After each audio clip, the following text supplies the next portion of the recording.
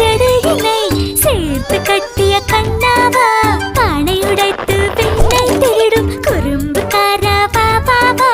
சின்ன சின்ன பாதங்கள் எடுத்து வைத்து முன்னே வா, கூடை நிறைய நெய் முறுக்கு